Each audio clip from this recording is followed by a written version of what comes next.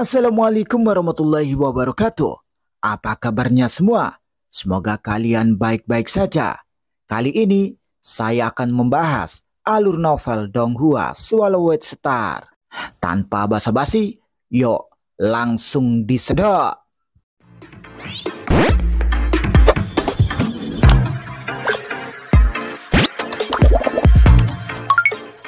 Melanjutkan dari cerita sebelumnya. Malam yang gelap berlalu dan langit berangsur-angsur menjadi cerah. Ibu kota raja sedang kacau balau. Para praktisi di ibu kota raja mendapat informasi yang baik. Mereka tahu bahwa ketika raja telah mati, jadi wajar saja mereka khawatir akan terjadi pertarungan besar. Pada saat ini, mereka hanya bisa merasa cemas dan gelisah, dan hanya bisa menunggu dengan cemas. Beberapa praktisi juga meninggalkan ibu kota kerajaan untuk sementara waktu. Tiba-tiba, suatu sosok yang sangat besar muncul di langit di atas ibu kota kerajaan. Ia memiliki rambut putih perak di seluruh tubuhnya dan sangat besar, sehingga hampir sama dengan tubuh asli Dewa Tianqun. Ekornya yang berbulu tampak memanjang hingga ke ujung dunia.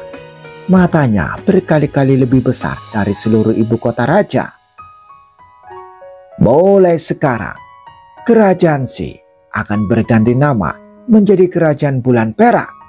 Aku, Raja Dewa Bulan Perak, serta Raja Dewa Iblis Laut dan Raja Dewa Tianyi akan memerintah seluruh Kerajaan Bulan Perak bersama-sama. Suara sosok berambut perak ini sangat kuat dan menyebar menutupi seluruh wilayah negara Xi. Di belakang sosok berambut perak ini ada dua sosok lainnya. Yang satu merupakan sosok yang terkondensasi oleh air tak berujung, dan satu lagi merupakan sosok besar yang ilusif. Hahaha, Raja Dewa Bulan Perak, kamu adalah pejabat tamu dari kerajaan kuno Guntur, dan kamu telah menjelajahi sebagian besar benua asal untuk menduduki kerajaan Xi. Suara tawa terdengar. Dua sosok muncul dari gampan. Raja Dewa Bulan Perak, Raja Dewa Iblis Laut, dan Raja Dewa Tianyi menoleh. Kerajaan Hansen dekat dengan kerajaan Xi. Jadi, kerajaan Xi seharusnya menjadi milik kerajaan Hansen kita, kata sosok botak yang menjulang dengan dingin. Penguasa kerajaan Hansen, Raja Dewa Bulan Perak, Raja Dewa Iblis Laut, Raja Dewa Tianyi tidak terlalu memperhatikan Tuan Hansen. Penguasa Hansen relatif biasa-biasa saja di level kedua Raja Dewa. Satu-satunya hal yang layak dibanggakan adalah bahwa dia dan pemimpin kerajaan Tianmu, Raja Dewa Zimu, adalah teman hidup dan mati.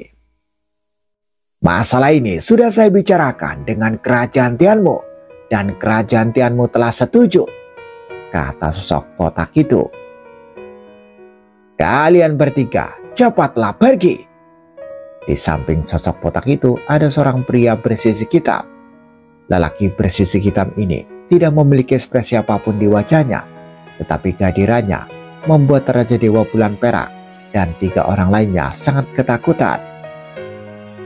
Ini salah satu dari 6 penguasa legiun penghancur, yaitu penguasa langit gelap. Ketiganya tentu saja saling mengenal. Orang yang paling berkuasa di kerajaan Tianmu adalah binatang sektor tingkat puncak. Binatang sektor dunia juga melahirkan pasukan pemusnah yang besar. Kekuatan legiun penghancur berkisar dari tinggi ke rendah dengan 6 makhluk tertinggi. Lalu bagaimana dengan penguasa langit gelap? Raja Dewa Bulan Perak mencibir. Jika kena penguasa legion penghancurmu bersatu, aku akan berbalik dan pergi. Tapi ini hanya ada satu. Pemimpin kerajaan Hansen tidak cukup kuat. Jika dia memasakkan diri menduduki kerajaan Xi, dia akan menderita serangan balasan. Raja Dewa Iblis Laut juga ikut berkata. Luo Feng semula berencana untuk menunggu sehari sebelum mengambil tindakan. Tetapi siapa yang mengira bahwa begitu fajar menyingsing, beberapa orang kuat tidak mampu bertahan lebih lama lagi. Raja Dewa Bulan Perak beraksi bersama Raja Dewa Iblis Laut dan Raja Dewa Tianyi dan penguasa langit gelap yang dipimpin oleh Tuan Hansen untuk memimpin pasukan penghancur kerajaan Tianmu juga telah muncul. Luo Feng mengangguk sedikit. Mereka semua mengambil tindakan. Wajar saja jika saya juga mengambil tindakan. Dalam sekejap, 5 Luo Feng yang berpakaian perak bertindak secara bersamaan. Setiap Luo Feng yang berpakaian perak memiliki sekitar 1% cadangan energi dari tubuh kehidupan dunia. Itu juga setara dengan sekitar 30% cadangan energi dari tubuh dewa sempurna. Itu sudah sangat mengerikan. Pada saat ini, kekuatan dunia telah menyebar ke setiap bagian kerajaan Si. Gemuruh, negara Si diselimuti seluruhnya. Kekuatan dunia yang mengerikan menyebar kemana-mana, menekan semua arah. Secara alami, ia juga menekan Raja Dewa Bulan Perak, Raja Dewa Iblis Laut, dan Raja Dewa Tianyi. Ia juga menekan penguasa kerajaan Hansen dan penguasa Antian yang memimpin Legiun Penghancur. Kelimanya merasakan tekanan kuat yang menekan mereka dan ekspresi mereka sedikit berubah. Saya Luo He. Semua makhluk dalam lingkup kekuasaan dunia merasa gemetar dan suara yang dahsyat bergema di setiap kota dan setiap hutan belantara. Mulai sekarang, kerajaan Si akan berada di bawah kepemimpinan Sekte Dao Heku. Kalian berlima, apakah kalian punya pendapat? Kata Luo Feng. 5 Luo Feng berpakaian perak muncul di langit di atas kerajaan Si, menatap 5 Raja Dewa tingkat kedua di depan mereka. Luo He begitu mendominasi. Raja Dewa Bulan Perak, Raja Dewa Iblis Laut, Raja Dewa Tianyi, penguasa kerajaan Hansen, dan penguasa Antian. Mereka semua sedikit bingung.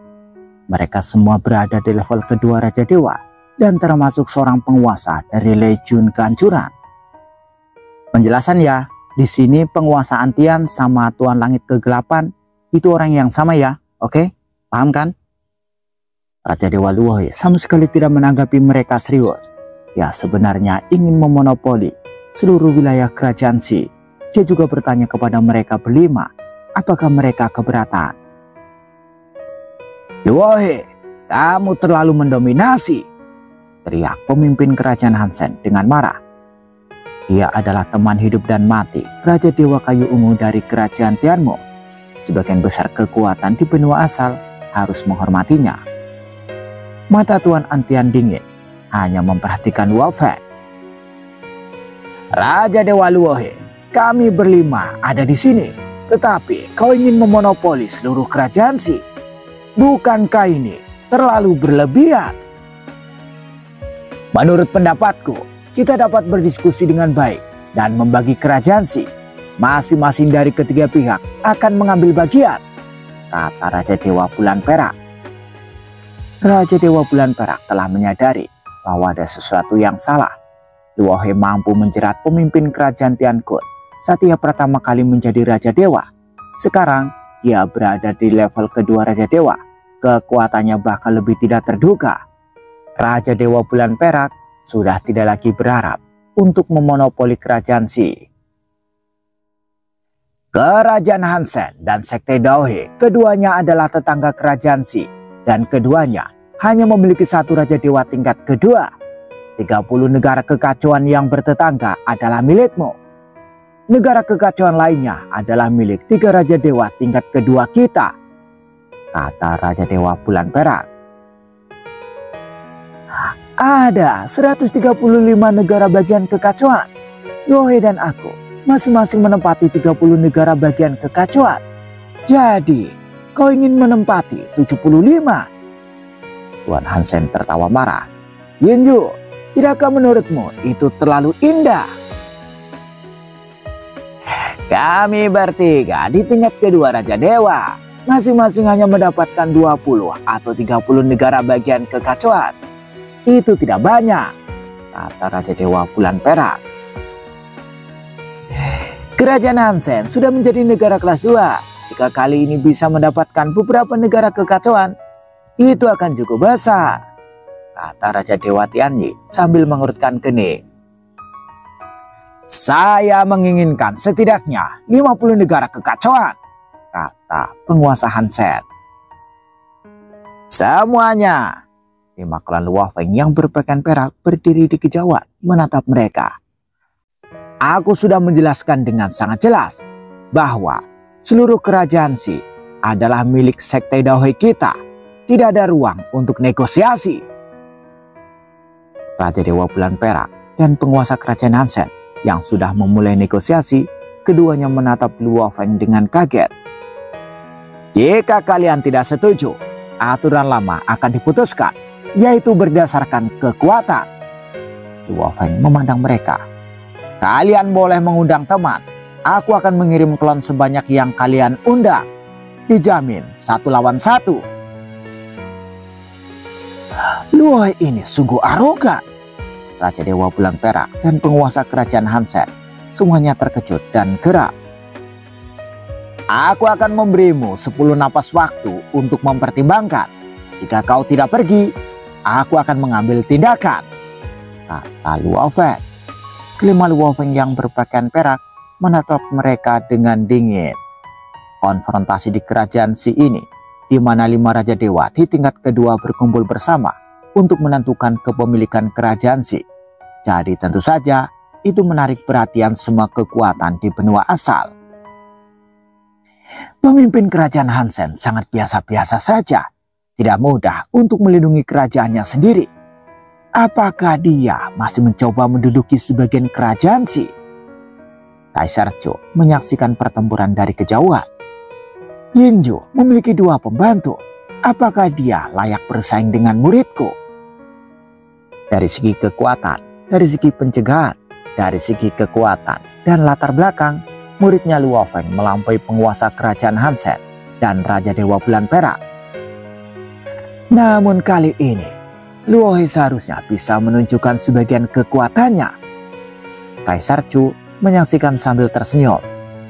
Terakhir kali dia melepaskan cahaya pedangnya, dia mengalahkan Raja Dewa tingkat kedua biasa. Ini membuktikan bahwa levelnya sangat tinggi, tapi itu jelas bukan kekuatan penuhnya. Muridnya berkembang terlalu cepat, dan Kaisar Zhou tidak tahu seberapa kuat muridnya. Di tempat lain, Tian Kun terbunuh dan tetangganya serta Raja Dewa Bulan Perak mulai berencana untuk merebut kerajaannya. Kaisar Yan juga melihat pemandangan ini dan dia tentu saja memandang rendah pertarungan memperebutkan wilayah kerajaan Xi. Yang lebih dia pedulikan adalah pembunuhan Tian Kun. Semua orang di benua asal tahu bahwa Tian Kun mengikutiku. Tatapan mata Kaisar Yan dingin. Pembunuh itu sama sekali tidak peduli dengan wajahku dan tetap membunuh Tian Kun dan mereka bertiga. Pembunuh ini. Kaisar Yan melambaikan tangannya dan di depannya sosok seorang pria berjubah hitam dan bertopeng emas muncul. Pria berjubah hitam dan bertopeng emas ini memiliki aura yang dalam dan mengandung kengerian yang besar. Siapa sebenarnya kamu? Kaisar Yan mengerutkan kening. Hanya melihat gambar ini, Kaisar Yan merasakan ancaman besar. Ratu Fengdu, makhluk dari alam surga bayangan, 5 Raja Dewa Bumi, leluhur api, dan Master Klan. Tak satu pun dari mereka yang membuatku terancam seperti ini. Gumam Kaisar Yan sambil mengamati. Kalian bersembunyi sangat dalam, tetapi selama kalian peduli dengan sumber daya, dan jika kalian mengambil tindakan berulang kali, kalian pada akhirnya akan terungkap. Kaisar Yan kemudian terus mengamati pertempuran itu. Luo He ini sangat berbakat. Jika dia melepaskan diri, dia mungkin akan menjadi pemimpin klan lainnya. Kaisar Yan melihat pemandangan ini. Sayang sekali Kaisar Zhou melindunginya, dan Kaisar Fu tampaknya sangat optimis tentang Luo He ini. Setiap orang kuat di benua asal, termasuk Raja Fengdu, Kaisar Guizhou, Raja Wuxin, dan penguasa kerajaan Yusui, semuanya menyaksikan pertempuran tersebut. Bahkan Cuying dan Cuyu juga menggunakan aula persekutuan Yanfeng untuk merekam pertempuran, untuk menyaksikan konfrontasi ini. Aku tidak tahu seberapa besar kekuatan yang akan ditunjukkan muridku kali ini, gumam Zui Zhanke. Dia juga menyaksikan sambil tersenyum dengan bantuan gambar yang direkam oleh kamar dagang Guntur. Pada saat ini, gelombang tak kasat mata sudah saling bertabrakan di daerah dataran tinggi di sekitar ibu kota raja kerajaan Xi. Kekuatan dunia menekan semua arah, tetapi ada juga kekuatan dari berbagai bidang seperti kekuatan penghancur, nafas dingin, dan aliran air dahsyat yang melawan. Pada saat ini, mereka bertiga, Raja Dewa Bulan Perak, penguasa kerajaan Hansen, dan penguasa langit gelap, semuanya siap bertempur. Mustahil bagi mereka untuk pergi dalam keputusasaan hanya setelah beberapa kata dari Luo Feng. Luo He, mari kita bagi kerajaan Xi bersama-sama. Itu akan baik untuk semua orang. Raja Dewa Bulan Perak melanjutkan bicaranya. Waktu untuk 10 napas sudah habis, kata Luo Feng. Saat ini, 5 Luo Feng berpakaian perak mengulurkan tangan mereka pada saat yang sama, dan cahaya pedang muncul di telapak tangan mereka. Pedang ini bersinar. Ini adalah teknik cahaya abadi pedang campuran.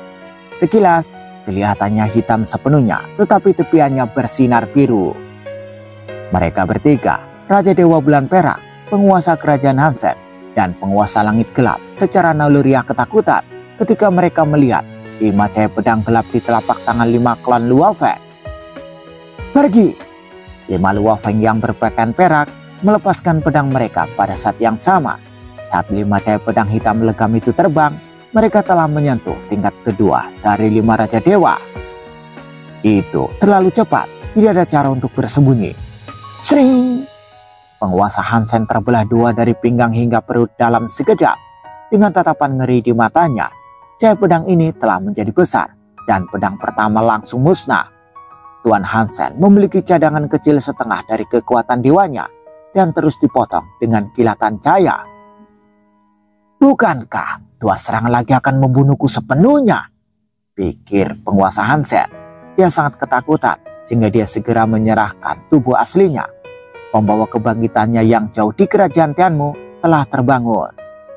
Raja Dewa Iblis Laut adalah tubuh yang terkondensasi dari air Tabrujo, tetapi cahaya pedang besar telah memotongnya dan sebagian kekuatan dewa aliran air langsung terputus. Hal ini membuat Raja Dewa Iblis Laut tampak ngeri. Hanya dengan 1 serangan, klan milikku hancur dan aku kehilangan 20% cadangan kekuatan dewa, gumam Raja Dewa Iblis Laut yang terkejut.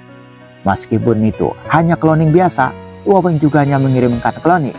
Keduanya berada di level kedua Raja Dewa, dan mereka juga menggunakan klon mereka. Jadi ada perbedaan yang begitu besar. Cahaya spatula ini terkondensasi dari cahaya pedang yang tak berujung. Ia memiliki cadangan energi yang mengerikan dan memiliki kemampuan pemulihannya sendiri. Ia sangat cepat dan membunuh terus-menerus. Apakah cahaya pedang ini begitu menakutkan? Dalam sekejap mata, tubuh Raja Iblis Laut hancur total. Yenjo, Luo He terlalu kuat. Ayo mundur. Tubuh asli Raja Iblis Laut berada jauh di ladang, dan suaranya masih terpancar dari jauh. Baiklah, sosok ilusi Raja Dewa Tianyi melarikan diri hingga triliunan kilometer jauhnya saat ia diserang. Namun cahaya pedang yang mengejarnya berhasil menangkap tubuh ilusi yang kembali melewatinya dalam sekejap. Tubuh ilusi Raja Dewa Tianyi berkelebat berkali-kali, sangat marah. Tetapi kilatan cahaya pedang itu sepenuhnya terkunci padanya dan terus mengejarnya. Yenjo, mundurlah. Luo He ini terlalu menakutkan. Raja Dewa Tianyi berkata dalam sebuah pesan. Aku akan melarikan diri terlebih dahulu. Seketika, klon Raja Dewa Tianyi yang telah hilang lebih dari setengah cadangan kekuatan dewanya menghilang sepenuhnya dalam sekejap. Sepenuhnya meninggalkan wilayah luas di sekitarnya. Cahaya abadi lubang campuran Luo Feng tidak dapat menemukan targetnya. Klon saudara Hai sudah hancur dan klan Tianyi lolos. Raja Dewa Bulan Perak sebenarnya adalah tubuh aslinya. dan tubuh aslinya yang besar sedang bertarung melawan cahaya pedang yang menakutkan di depannya. Cahaya pedang ini dapat membunuh segalanya. Luka besar tertinggal di tubuh Yin Yu berulang kali mengikis dan menghancurkan tubuh Raja Dewa Yin Yu. Namun, luka Raja Dewa Bulan Perak ini sembuh dengan cepat.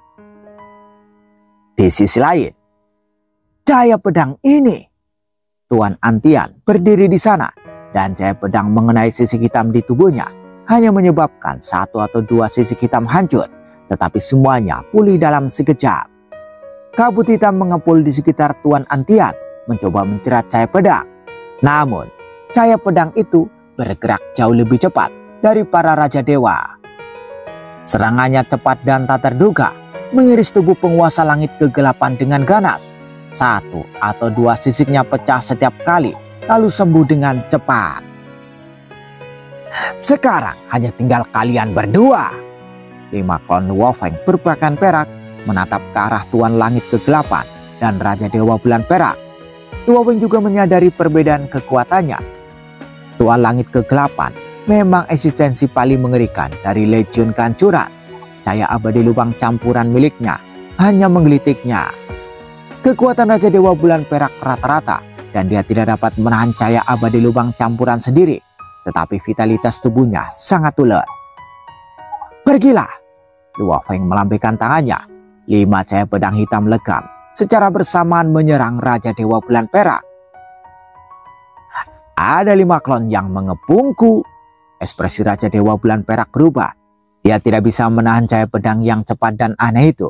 Jadi dia hanya bisa bertahan dan dipukuli oleh 5 pedang. Luo ini jangan dianggap remeh. Raja Dewa Bulan Perak menggertakkan giginya dan langsung berubah menjadi aliran cahaya dan menembus gampaan. Meskipun diserang oleh 5 pedang dan puluhan pedang dalam sekejap dan rambut serta darahnya berceceran di langit, Raja Dewa Bulan Perak tetap tidak berubah dan terpaksa melarikan diri.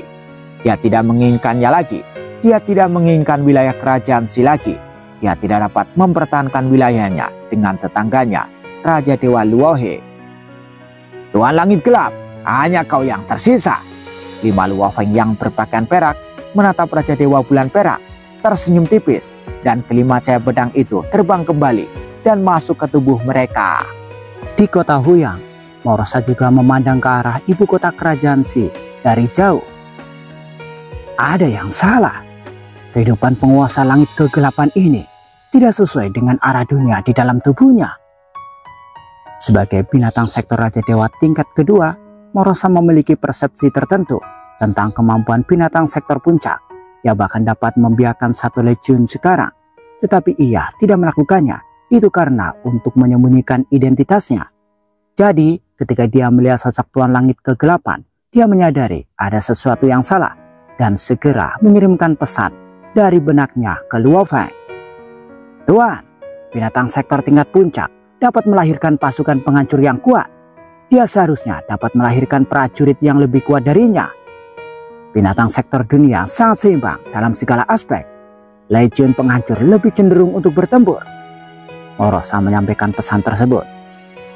Legiun yang dibiarkan oleh binatang buas sektor tingkat puncak harus terlebih dahulu memiliki seorang komandan yang dapat disebut Kaisar Kehancuran.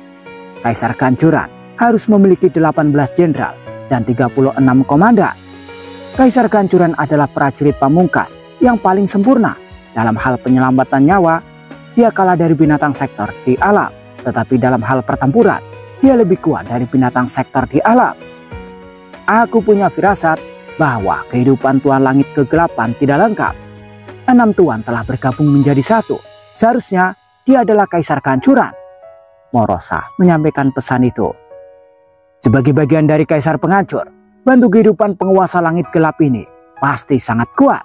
Tuan, Anda harus berhati-hati. Luo Feng mendengarkan pesan Morosa. Binatang sektor kerajaan Tianmu terlalu rendah hati membagi pemimpin legiun penghancur yang paling menakutkan menjadi 6 penguasa. Luohe, Tuan Antian menatap Luo Feng dan berkata sambil tersenyum. Bakatmu memang luar biasa, tapi kau tidak bisa mengancamku hanya dengan 1 klon. Ayo, gunakan kelima klonmu. Sebelumnya, Tuan Antian tidak begitu menghargai 4 Raja Dewa tingkat kedua ini. Bahkan Tuan Antian mengabaikan Raja Dewa Bulan Perak yang kekuatannya sebanding dengan Tuan Tiankun. Mau 5 dari mereka berkumpul? Luo Feng yang berjubah perak menatapnya. Itu tidak perlu. Seorang Luo Feng berjubah perak berdiri di sana. Jubah peraknya menyebar dengan cepat dan berubah menjadi sungai perak yang tak berujung. Sungai perak itu perkasa. Sungai itu menyapu triliunan kilometer, menyelimuti dunia dan menjebak penguasa langit kegelapan. Menghancurkan! Luo Feng yang berpakaian perak ini berdiri di tengah sungai yang besar. Sungai ini menjebak dan mengikis Tuan Antian. Kekuatan erosi ini jelas lebih baik dari cahaya abadi lubang campuran sebelumnya. Sisik-sisik pada tubuh utama Tuan Langit Kegelapan mulai terkoyak, memperlihatkan lapisan dalam daging dan darah berwarna hijau. Daging dan darahnya sedang terkikis. Kekuatan erosi ini! Tuan Antian sedikit terkejut. Ia memiliki pesona seperti daun kehancuranku dan sangat merusak. Material yang membentuk sungai ini juga sangat mengerikan. Setiap kekuatan penuh dengan vitalitas yang tak terbatas, terus-menerus mengikis dan melemahkan tubuhku, pikir Tuan Langit Kegelapan. Di sisi lain, apakah Tuan Langit Gelap bisa terluka ringan? Apakah daerah sungai Luohe begitu korosi? Para penonton menyaksikan pertempuran dari kejauhan dan semuanya terkejut. Penguasa Antian ini kalah dariku dalam hal gerakan, namun tubuh fisiknya masih lebih kuat dariku. Erosi domain saudara Luohe mungkin sedikit melukai Tuan Antian, tetapi jika aku mengalaminya, aku khawatir lukanya akan lebih serius, kata Kaisar Guizhou yang melihat pemandangan ini. Domain yang mengerikan. Dewa Raja Wuxin juga diam-diam terkejut. Dengan kemampuan fisik sekuat itu, aku hanya bisa melarikan diri jika berhadapan dengan kemampuan seperti itu. Tidak peduli seberapa kuat teknik pelarian tubuh, domain ini mencakup area yang sangat luas. Siapapun yang berani melawan Luo Feng dari jarak dekat akan terkikis oleh domain tersebut. Kekuatan di medan ini membuat orang-orang kuat dari semua sisi mengakui kekuatan Luo Feng. Ledakan. Antian mengambil inisiatif. Meskipun menghadapi rintangan di sungai yang tak berujung, ia tetap sangat cepat menerobos semua rintangan sungai dan langsung menuju klan Luo Feng yang berpakaian perak. Menghancurkan. Satuan Antian berniat membunuhnya. Dia sudah meninju keluar seperti pedang yang ditusukkan. Pukulan ini mempengaruhi pengoperasian aturan langit dan bumi, mengunci klan Luo Feng sepenuhnya. Tidak ada cara untuk bersembunyi dan kekuatan mengerikan yang tak ada habisnya menghancurkannya. Segera telapak tangan Luo Feng bagaikan pedang, dan setiap kali ia memukul, ia bagaikan matahari besar yang muncul di antara langit dan bumi. Putaran matahari besar ini dan pukulan ini benar-benar bertabrakan. Gemuruh, kekuatan teror yang bertabrakan menyapu ke segala arah dan juga menghantam ibu kota Rajasi yang tidak jauh dari sana. Banyak sekali praktisi di ibu kota Rajasi yang merasa ngeri, merasakan kematian akan datang. Segera, sungai Bima Sakti Luo Feng menyelimuti semua arah, sepenuhnya menahan penyabaran daya. Tuan Langit Kegelapan masih berdiri di sana. Setelah pukulan itu, hanya beberapa sisik di tinjunya yang patah. Namun, Luo Feng baru berdiri setelah terbang terbalik dan tangan kanannya sudah berlumuran darah. Tubuh fisikku sedikit lebih rendah darinya dan tingkat keterampilanku juga sedikit lebih buruk, tumam Luo Feng. Dia menyadari adanya celah di antara dirinya dan Antian segera setelah mereka bertaruh. Ini hanya 1% dari cadangan energi tubuh sejati bentuk kehidupan dunia. Dibandingkan dengan Tuan Antian, ini masih sedikit lebih rendah. Ledakan. Tuan Langit Kegelapan mengamuk di sungai perak yang perkasa, mengejar Luo Feng dan mencoba membunuhnya. Luo Feng menggunakannya sebagai batu asa, menguji triknya berulang kali. Hierarki pola rahasia, kehidupan, kehancuran, kombinasi kelahiran dan kematian, semuanya telah dipraktekkan. Tuan Langit Kegelapan dapat disebut sebagai anak kesayangan Dao Kehancuran. Luo Feng terus dipukuli dengan berbagai gerakan. Kedua kubu bertarung beberapa saat, saling bertukar ratusan jurus. Klan Luohe ini hanya sedikit lebih rendah dariku dalam bentuk fisik. Tuan Antian terkejut. Dan vitalitasnya bahkan lebih mengerikan daripada milikku. Bahkan setelah bertarung sampai sekarang, cadangan kekuatannya tidak berkurang sedikit pun. Lagi pula, saya tidak bisa selalu membantu Tuan Hansen menjaga wilayah ini. Kerajaan Si ini pada akhirnya akan kembali ke Luohe. Tuan Antian memahami hal ini. Namun, kita tidak bisa melepaskan kekuatan legend penghancurku. Tatapan mata Dewa Langit kegelapan berubah dingin dan tongkat panjang muncul di tangannya. Itu adalah senjata pamungkas Raja Dewa, merobek. Setelah tongkat panjang itu muncul di tangan Dewa Antian, ia mengayunkan tongkat panjangnya, membelah bumi dan langit dalam sekejap, dan menyebabkan retakan pada dinding membran dunia asal.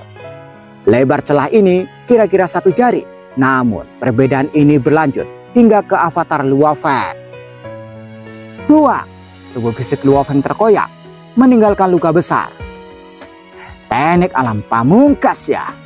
Luofeng tahu apa yang telah terjadi saat ia terkena serangan itu. Gerakan-gerakan Tuan Antian sendiri sedikit lebih rendah, tetapi dengan bantuan senjata alam pamungkas milik Raja Dewa, ia meledak dengan kekuatan yang mengerikan. Tubuh dewanya menahan pukulan ini, dan konsumsi energinya tidak sebesar itu. Tuan Antian terkejut. Adegan ini juga membuat takut banyak orang kuat di benua asal. Tubuh fisik Luohe ini cukup kuat ketika dia berada di level pertama Raja Dewa. Sekarang dia telah mencapai level kedua Raja Dewa. Tubuh fisiknya bahkan lebih mengerikan. Kaisar Yan juga diam-diam terkejut. Hanya ada segelintir orang di benua asal yang bisa membunuh Luohe ini. Kaisar Yan tidak menyukai perasaan ini, tetapi kenyataannya Luohe memang seperti ini. Di sisi lain, bagus sekali. Kaisar Chu terlihat sangat senang. Muridku sangat berbakat. Yang dia butuhkan sekarang adalah waktu. Selama dia diberi cukup waktu untuk berkembang, aku yakin dia akan mampu bersaing langsung dengan kaisar di masa depan, pikir Kaisar Chu. Kembali ke pertarungan. Tuan Antian, aku juga punya senjata. Silakan mencobanya. Luofeng mengulurkan tangannya dan pedang bayangan darah muncul di tangannya. Pedang bayangan darah adalah embrio pedang pamungkas dari Raja Dewa. Berdengung, Luofeng memegang pedang bayangan darah, dan cahaya dari pedang bayangan darah itu menakutkan. Memotong. Pola rahasia di dalam pedang itu diukir oleh dirinya sendiri, jadi tentu saja sangat mudah untuk digunakan dan dapat dengan sempurna menampilkan kekuatan pedang bayangan darah. Pedang ini tiba di hadapan Tuan Antian dalam sekejap. Tuan Antian pun tak mau menghindar dan langsung mengayunkan tongkatnya. Pedang itu bertabrakan dengan tongkat panjang. Ledakan. Tuan Antian terkejut karena merasakan berat pedang ini bahkan lebih kuat, ditambah dengan keterampilan tongkatnya. Metode tongkatnya mengandung banyak karakteristik jalur kehancuran, tetapi pedang Luofeng satu-satunya karakteristik adalah beratnya. Itu sangat berat. Tubuh kuat Tuan Langit Kegelapan mampu menahannya. Kedua sisi tidak bergerak di udara. Serangan ini seimbang. Senjata pamungkas Raja Dewa, apakah kau masih bisa mengendalikannya? Tuan Antian menatap Luofeng. Saya mengaguminya. Keterampilan pedangku bergantung pada berat untuk menang, tetapi aku tidak bisa memaksa Tuan Antian untuk mundur selangkah. Aku masih sedikit lebih lemah, kata Luofeng sambil menatapnya. Kamu sudah menang. Tuan Antian melirik Luofeng dengan dingin. Ini hanyalah tiruanmu. Menghadapi Claude dan dia tidak memiliki keuntungan, Tuan Antian tahu betul bahwa dia telah kalah. Segera dia melangkah dan pergi melewati Gampat dan kembali ke kerajaan Tianmu. Pada saat ini, orang-orang kuat dari semua pihak di seluruh benua asal yang menyaksikan pertempuran ini benar-benar menyadari betapa mengerikannya Raja Dewa Luohe. Dibandingkan dengan Kaisar Guisu dan Raja Dewa Wuxin, kekuatan intimidasinya bahkan lebih mengerikan.